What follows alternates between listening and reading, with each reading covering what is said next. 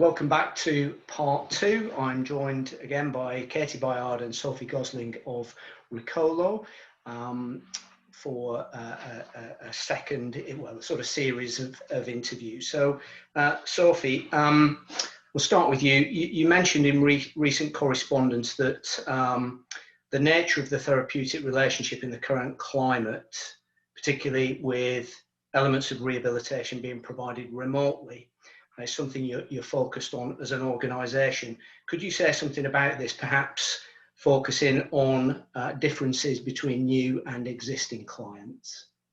Yeah. So I think, first of all, I thought I'll just remind people what the therapeutic relationship is, because I think that's it. The reason why it's so important is because you take a non-judgmental, empathic approach to your work with your families. And that obviously means that encompasses trust, respect, and compassion. And I think one of the things that is very evident for all of us is that although we're in a unique position as therapists, normally we're working with someone who has perhaps had a different experience from us. In the pandemic, we are all going through this new thing together. We're, as often has been said, we're in the same storm, but we're not necessarily all in the same boats. And one of the things that you have to really be very careful about in your relationship with families is that you understand what is your stuff and what is their stuff. And I think particularly when we're all experiencing lots of different emotions, as we're all going through this at the same time, we have to really be careful about differentiating between those things. And so I think our attention to the therapeutic relationship has been really paying attention to that non-judgmental side, that people are going to be taking different decisions, making different assessments of risk, making different decisions about what they do and do not feel comfortable doing, and that we as therapists have to respect that. I have only been working with existing clients throughout this. I know Katie's got an experience of working with a new client, so I can't really talk too much about the comparison myself.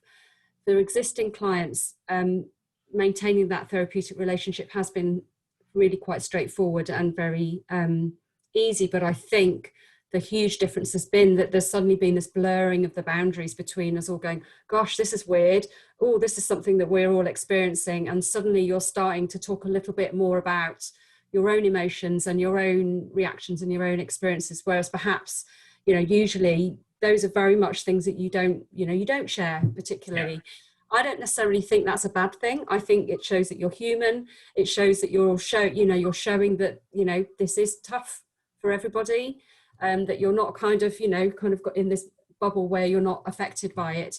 But it is just something you have to be, I think, really careful about, just ensuring that you're understanding what is stuff that you're bringing that isn't necessarily relevant to the family that you're working with, and, kind of keeping that to yourself. Well, I suppose like a small part of that would be, each of us here, we're in our own homes. Your client gets to, they get to see a small box of you in your own home, which as a therapist is very different. Presumably, you normally see them in an office or a different environment, we see them in their homes. So we go into their homes. Now they're coming into our homes. Yeah. And certainly that reminds me of I have had one little girl that I've been seeing, who I've met before, but the therapy work was new. And when I first started seeing her remotely, I thought, because in my room, you can see that there's a bit more of a room there. And I thought, I need to show her what's in this kind of bit that she can't see. So I took my laptop and I said, look, as you can see, it's empty. It's just another room. There's nothing there.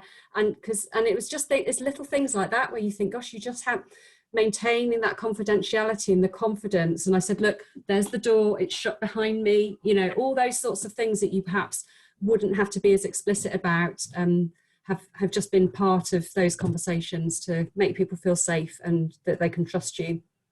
And Katie, Sophie was saying you've experienced that with a new client. How has that been, sort of building or starting off a therapeutic relationship? And yeah, it has been possible. And again, I was slightly cynical. I love the face-to-face. I want to be with people. Yeah. I'm really not liking the screen, but I'm embracing it, because it is enabling us to do this work. And And I have been able to build a working relationship with a mum and her daughter. But what I've noticed is it's taken a longer time.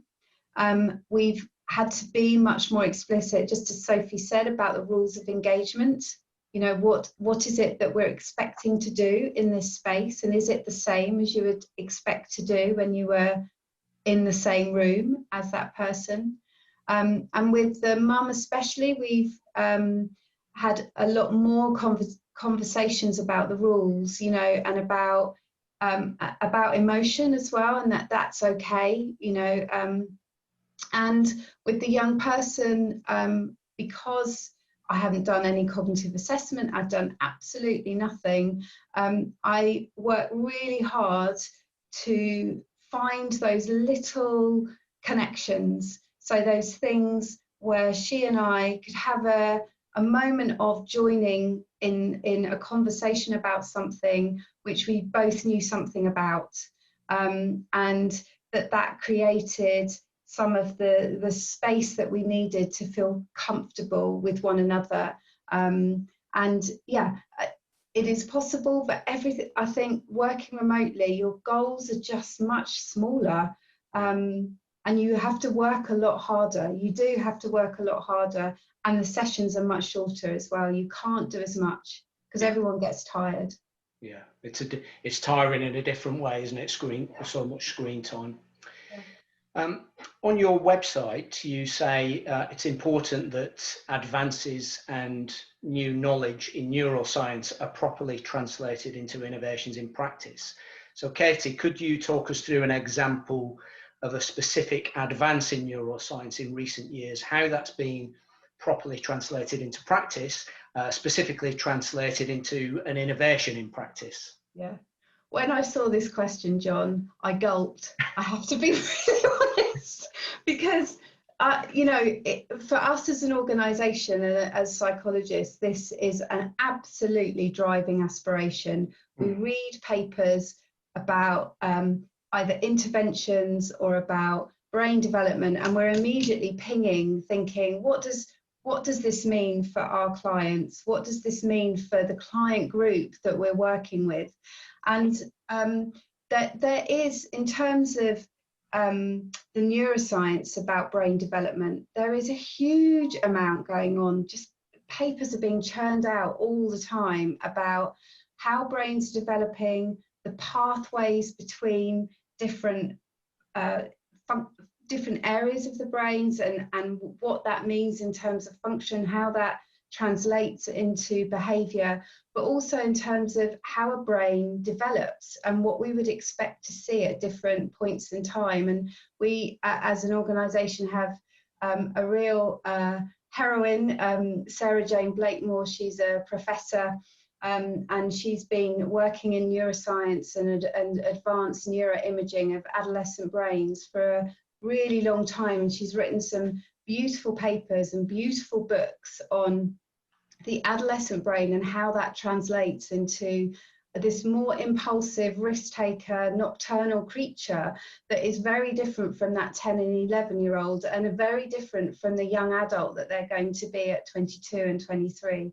So in terms of that neuroscience, we use that information in terms of trying to understand the impact of a brain injury on a young person at that point in time that they've had the injury, but also in terms of, you know, what that might mean for that young person as they grow up. What will their development, what is their trajectory like? How does that impact on their learning, on their participation in the world, on their social relationships with other people? And we use that information. In terms of innovations, what you might notice, and I'll let Sophie speak to this a bit more in a moment, is that the research population is about relatively large numbers, and looking for change, you know, by providing an intervention, whereas we're working at an individual level. We're thinking about how do we intervene at an individual level based on the needs of that child. And so there are two issues really in terms of research. sometimes the tools that are used in research just aren't readily available for us as interventionists. And then even if they were, they might not be entirely appropriate for the needs of that young person.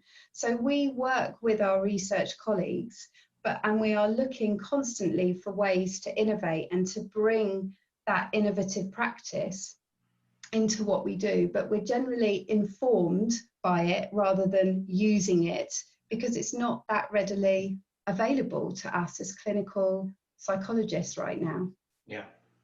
Sophie, any further things to add? Yeah, I mean, I suppose a couple of things. Most of the research is done on the normal, whatever normal population. They're not necessarily done on the brain injured population. So in like we're learning an awful lot about the normally developing brain and the parameters of that.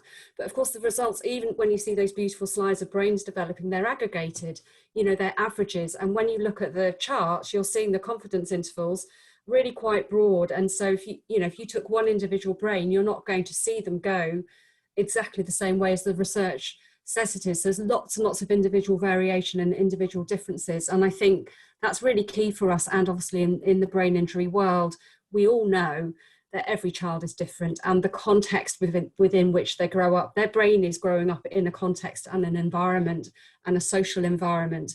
And all of those things have an impact on how that particular child's brain is developing. Yeah. So I think it's kind of taking those neuroscience innovations, but then just thinking, well, how does that then actually apply down to this particular individual? I will just mention one thing. This isn't really psychology. This is more to do with an OT intervention, but I think it has the psychosocial consequences. You might have heard about Breathe Magic, and that is actually a really lovely innovation where they use magic as a way of helping children that have had a hemiplegia to use both of their hands. And so although OTs have known for a long time that it's really good to try and use the weaker side to help the child to strengthen that, they've used magic and teaching the child magic tricks as a way of helping them to do that. And because they run this in groups and in what they call camps, it means that those children also get to interact with other children who are like them, and perhaps for the first time meeting children that are like, oh wow, you've also got the same thing as me. Yeah. So there is some really nice research that's come out of that. So I'm often championing that and saying, and of course it's just for a small group of children. That only applies to children who have a hemiplegia. So we're not talking about everybody, but I think that is a nice specific example of where you can see innovation being put into practice and seeing some really nice outcomes. That's particularly interesting because I'm an occupational therapist and I also used to be in the circus. Oh, well, there you go. But that's a whole other story, not for this interview. But anyway, it seems interesting that you should raise that. So, yeah. Katie, my last question, and I think you probably gulped at this one as well. Again, your website mentions that you're celebrating 10 years of pioneering innovation. So that made me think about, I was looking forward and the future. How do you see neuropsychological rehab, the rehabilitation landscape for children changing in the coming years? I think there are three things that struck me straight away when I was thinking about this question. The first is that I think it's likely that more advanced neuroimaging will be part of the diagnostics. So there's some really nice research going on in the UK being led by Great Ormond Street, looking at sort of white matter pathways.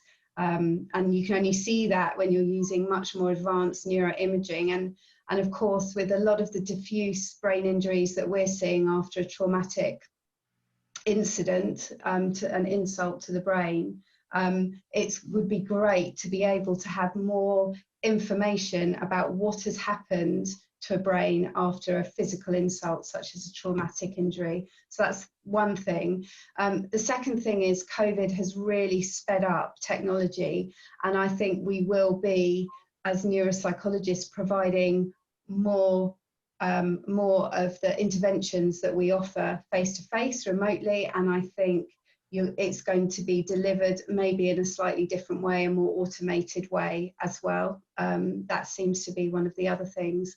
And then the third area and one that we're really interested in as an organisation ourselves, is really beginning to pin down what is it that we're doing that is making a difference. So we know that we make a difference, and we can kind of demonstrate broadly some correlations between this is the goal and this is how we measured it, and that there is change.